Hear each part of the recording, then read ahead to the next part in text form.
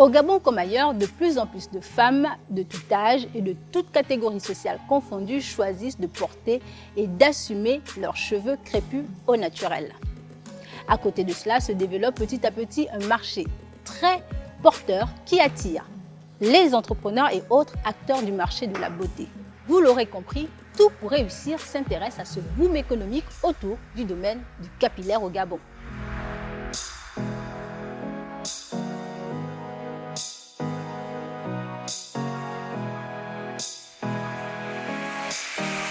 Bonjour Alvina.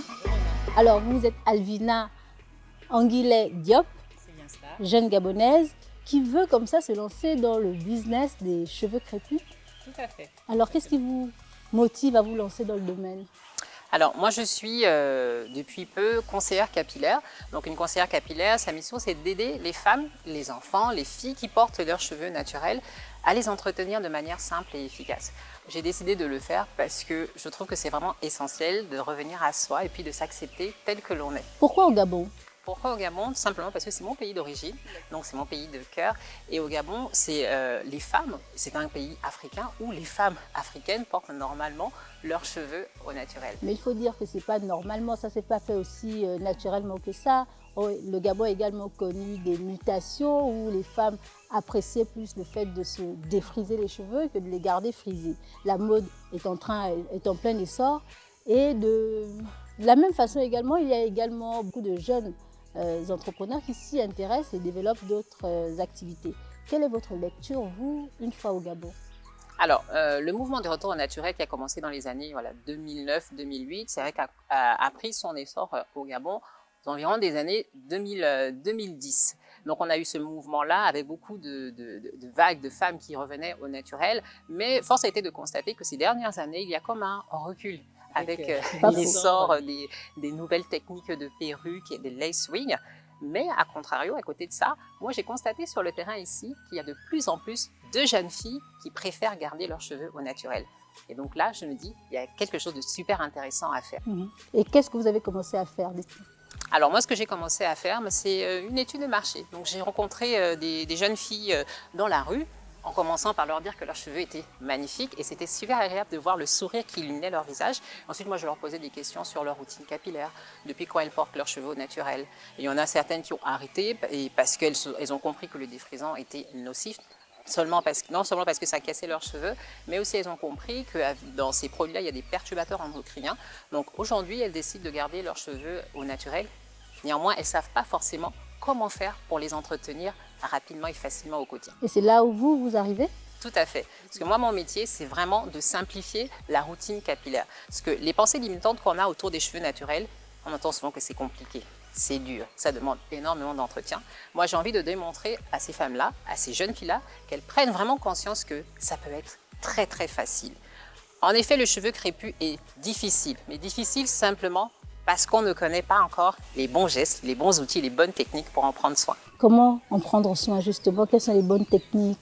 Enfin, brièvement, d'accord, on ne va pas tout dévoiler ici, mais quelles sont les bonnes techniques que vous proposez qui feront finalement la différence avec ce qui se fait déjà aujourd'hui?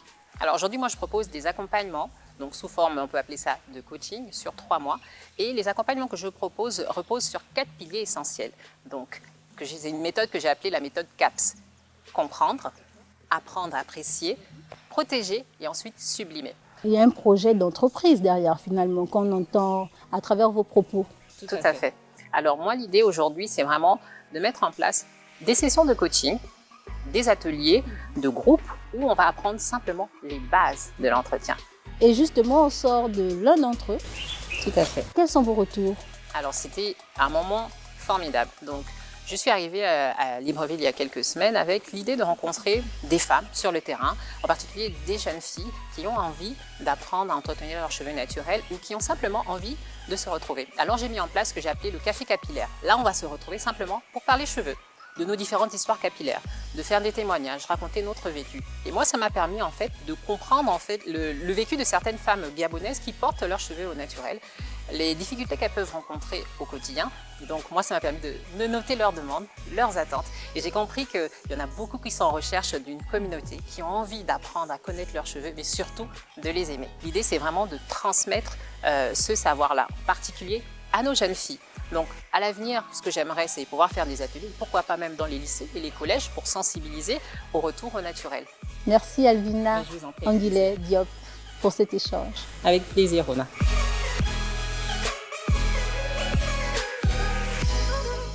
Dolane Guillet-Ligou, vous êtes animatrice radio, vous êtes journaliste, vous êtes aussi créatrice de contenu. Et surtout, vous êtes nappy et vous avez longtemps suivi tous ces mouvements autour du cheveu naturel au niveau du Gabon. Depuis pas mal d'années déjà. Moi, je misais sur une dizaine d'années, mais pas que. En fait, on n'est pas très sûr parce qu'après, s'il y a des femmes qui ont fait leur retour au naturel, peut-être pas publiquement comme nous qui avons essayé de créer du contenu. Déjà, ça fait 10 ans pour expliquer c'est quoi l'entretien du cheveu naturel. Mais on peut dire qu'on est dans la décennie en fait, du retour au naturel au Gabon.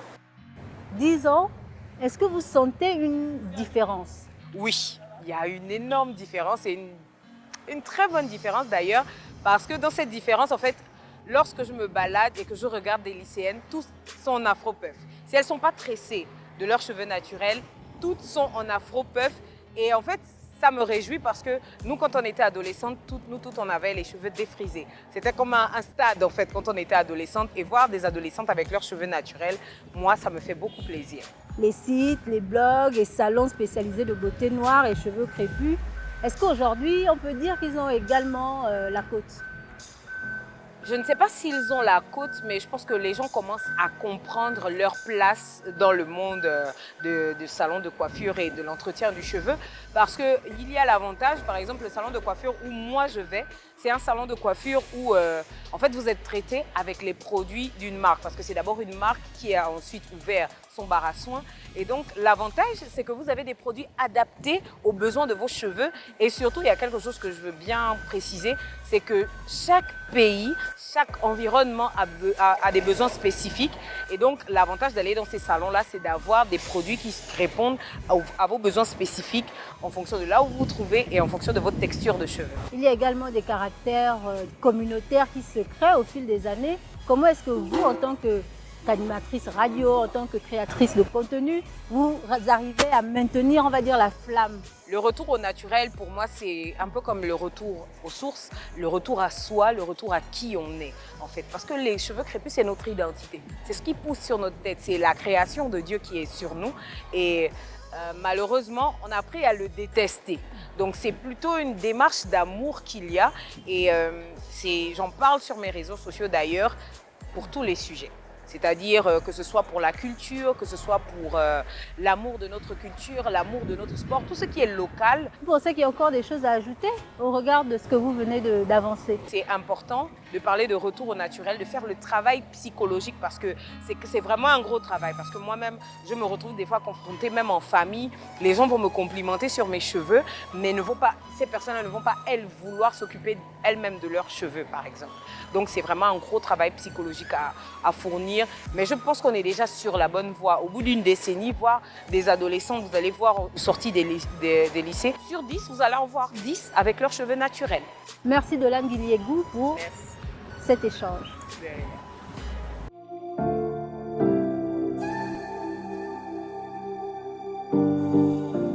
Isadora Sonda Boulamatari, vous êtes l'une des rares Gabonaises à vous être lancée il y a très longtemps, on va dire à peu près 10 ans dans le secteur. Oui. En moyenne 10 ans dans le secteur du cheveu crépus. Alors, aujourd'hui, avec du recul, comment est-ce que ce secteur se porte-t-il?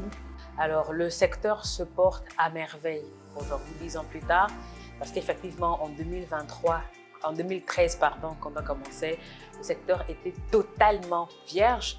Et aujourd'hui, on a plusieurs entreprises dans le secteur qui sont développées, c'est très bien pour le marché, ce qui montre donc justement que le marché se porte très bien. Je vous ai lu quelque part où vous vous émouviez par rapport à la fermeture de l'une des entreprises, justement. Oui, exactement. C'est quelque chose qui, beaucoup n'ont pas forcément compris, mais qui m'a particulièrement touchée parce que en 2016, quand on a lancé la marque des ados naturels, c'est cette entreprise-là qui nous a reçus pour le lancement de la marque. Et cette grande sœur-là particulièrement, elle m'a beaucoup portée. On a échangé en temps, on a travaillé ensemble, pas nécessairement en tant que concurrente, mais plus en tant que collaboratrice et pourtant étant dans le même secteur. Donc oui, je ne pouvais pas rester muette devant cette situation. Et bien évidemment, je lui souhaite plein succès dans ses nouvelles aventures. Dans le secteur du cheveu crépus aujourd'hui, qu'est-ce qu'on peut en rajouter 10 ans après? Est-ce qu'il y a encore des opportunités? Oui, il y en aura toujours parce que en dehors de concevoir des produits, en dehors d'avoir une marque, d'avoir un espace dédié pour l'emploi des cheveux naturels, il y a tous les métiers qu'il y a autour. C'est-à-dire que je ne peux pas produire un lait capillaire si je n'ai pas de beurre de karité, si je n'ai pas d'huile de coco, si je n'ai pas de gombo pour faire le gel de gombo. Donc il y a tous ces artisans, tous ces commerçants qui sont très importants pour nous. Le marché n'est pas seulement ouvert pour celles qui ont des espaces dédiés, mais aussi pour ceux qui derrière aident à faire exister ces espaces-là. Et qu'en est-il des clientes, sinon des femmes en général? Est-ce que de ce côté-là également, les choses ont changé? Les femmes gabonaises, les femmes qui vivent au Gabon, est-ce qu'elles s'intéressent de plus en plus à la transformation? À la transformation, oui. C'est-à-dire qu'aujourd'hui, il y a les personnes qui vont se lancer dans la production de cosmétiques capillaires ou même cutanés, mais sans forcément en faire un métier ou une profession. Mais oui, de plus en plus de personnes se lancent. Et il y a quelques jours encore, on a eu un atelier avec une dame, parmi les participants, il y a une dame qui justement en faisait pour sa propre consommation ou pour des proches. Mais comme c'est quelque chose qu'elle fait avec le cœur, je l'ai d'ailleurs encouragée à se lancer. Parce qu'on est un peu plus de 800 000 habitants, c'est ça, à Libreville. Et le bar à soins capillaires ne répondra pas seul à toutes ces demandes-là. D'autant plus que les femmes qui veulent revenir au naturel pour prendre soin de leurs cheveux sont de plus en plus nombreuses, non seulement elles, mais aussi leurs enfants. Donc, ce serait davantage intéressant que toutes celles qui souhaitent conquérir le marché le fassent. Sinon, les personnes ne retrouveront pas de solution pour leurs cheveux parce que le bar à soins capillaires à lui seul ne peut pas répondre à toutes les demandes. C'est ici qu'on va s'arrêter de discuter. Merci beaucoup, Isadora Sunda Boulamata-Harry. Et vous, chers internautes et téléspectateurs, j'aurai le plaisir de vous retrouver dans un autre numéro de Tout pour réussir.